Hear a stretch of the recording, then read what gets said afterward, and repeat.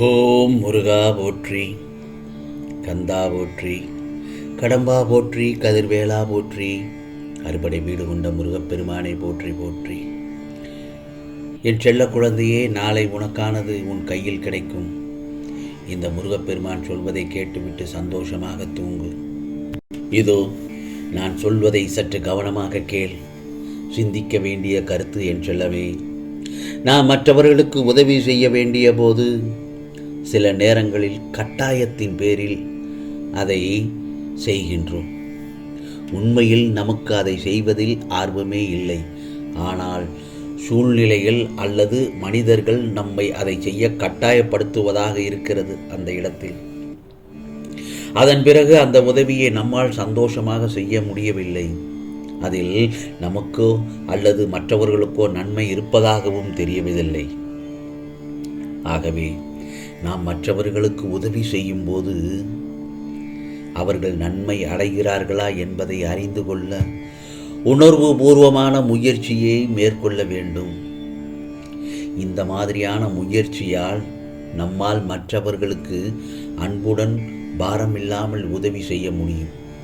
இவ்வாறு நம்முடைய செயல்கள் மேலும் சிறந்த முறையில் அந்த இடத்தில் பயனுள்ளதாகிறது. புரிகிறதா என் செல்லமே? வாழ்க்கையில் எதையெல்லாம் நீ நிரந்தரம் என நினைத்து கொண்டிருந்தாயோ அவையெல்லாம் நிதர்சனம் இல்லாத பொய்கள் என்பதை புரிந்து கொள்வதற்காகவே உனக்கு பல சோதனைகள் தரப்பட்டன. யாரை நம்பி உன் உடைமைகளை ஜாமீன் கொடுத்தாயோ அவர்கள் உண்மை இல்லாதவர்கள் என்பதை உணர்த்தவே உன்னை பிரச்சனையில் சிக்க வைக்க அனுமதித்தேன்.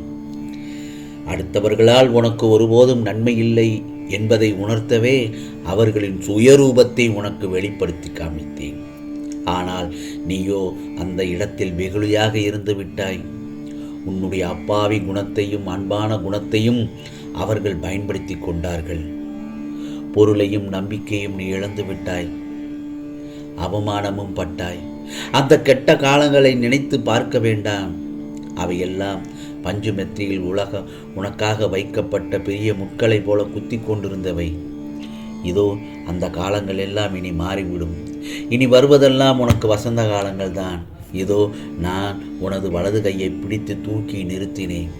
இந்த உலகில் என்னை விட உனக்கு உண்மையான உறவுகள் யாரும் இல்லை என்பதை நீ புரிந்து கொள்ள வேண்டும் என்பதற்காகத்தான் சில பொய்யான உறவுகளை உன்னிடமிருந்து விலக்கி வைத்தேன்.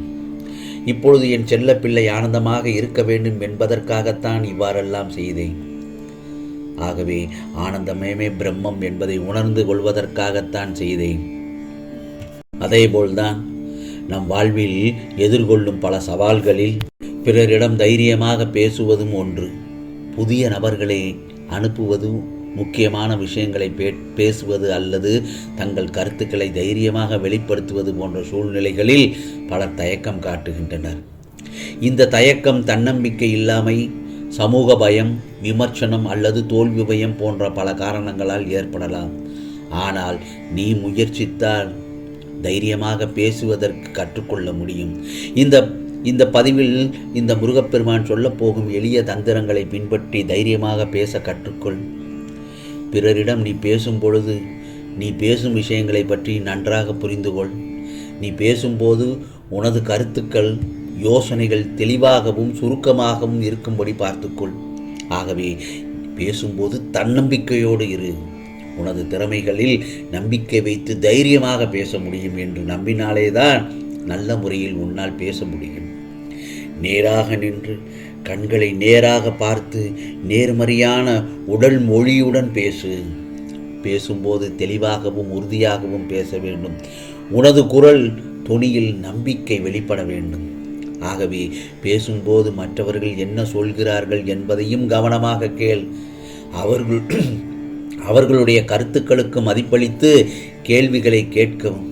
நீ நன்றாக பேசுவதற்கு நண்பர்கள், குடும்பத்தினர் போன்றவர்களை பேசி பயிற்சி செய்.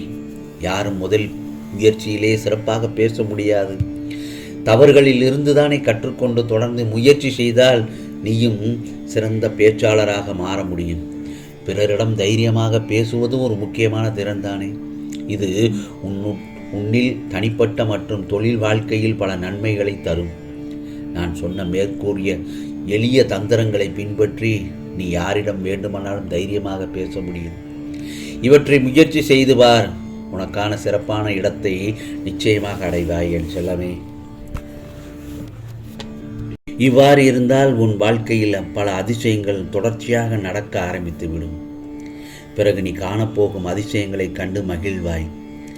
இந்த நொடி நீ மனதில் கொண்டுள்ள உன் பிரச்சனைகளுக்கெல்லாம் தீர்வு கிடைத்துவிடும். மனமானது நிம்மதியடைந்து அமைதியை அடைந்து நீ சந்தோஷப்படப் போகிறாய். இந்த அற்புதமான மனித பிறவியில் கண்ணீரிலேயே மூழ்கி கவலைப்படுபவரும் உண்டு, நீந்தி கரை சேர்ந்து வீழ்பவரும் உண்டு. ஆகவே நீ வாழ்வில் விடியல் வேண்டும் என்று விரும்புகிறாய். நீ எல்லா நலனும் பெற்று வளமோடு வாழத்தான் போகிறாய். ஏனென்றால் நல்லதையே சிந்தித்து நல்லதையே உச்சரித்தால் உனக்கானது எல்லாம் நிச்சயமாக நல்லதாகத்தானே வந்து சேரும். ஆகவே இந்த முருகன் பெருமான் சொல்படி கேட்டு நடந்தால் உன் வாழ்க்கையில் வளமும் சேரும், பல நன்மைகளும் சேரும். பிரச்சனைகளால் பின்னப்பட்டது தான் வாழ்க்கை. புரிகிறதா? பிரச்சனைகளால் பின்னப்பட்டது தான் வாழ்க்கை. ஆனால் தீர்க்க முடியாத பிரச்சனை என்று எதுவுமே இல்லை. எல்லா பிரச்சனைகளுக்கும் நிச்சயமாக அதில் ஒரு தீர்வு உண்டு.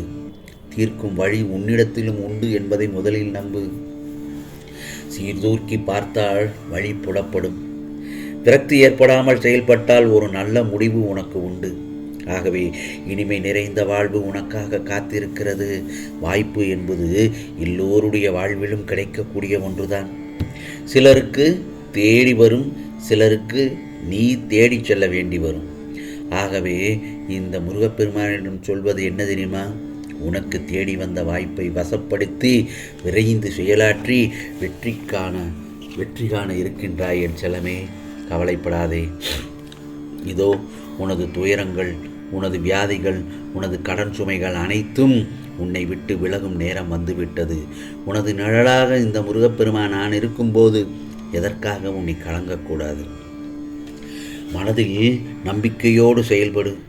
மகிழ்ச்சியாக இருப்பதை பார்ப்பதற்காகத்தானே உன் முருகப்பெருமான் என்றும் விரும்புகிறேன். எப்போதும் நான் உன்னை கைவிட மாட்டேன். என்னுடைய ஆசீர்வாதம் என்றும் உனக்கு துணையாக நிற்கும். நான் உன்னை தவிக்க விட்டு விடுவேனா? உன் வார்த்தைகள், நம்பிக்கையான உணர்வுகள், சந்தோஷமான எண்ணங்கள் போதும். இதுவே எல்லாவற்றையும் சரி செய்துவிடும். ஆகவே நான் சொல்வது என்னவென்றால், உனக்கானது நல்ல நேரம் பிறந்து விட்டது. உனக்கான நல்ல காலங்கள் எல்லாம் வந்துவிட்டது. தைரியமாக இரு. இந்த முருகப்பெருமானினுடைய ஆசீர்வாதம் என்றும் உனக்கு உண்டு. ஆம் செல்லமே, நாளை உனக்கானது உன் கையில் நிச்சயமாக கிடைக்கும்.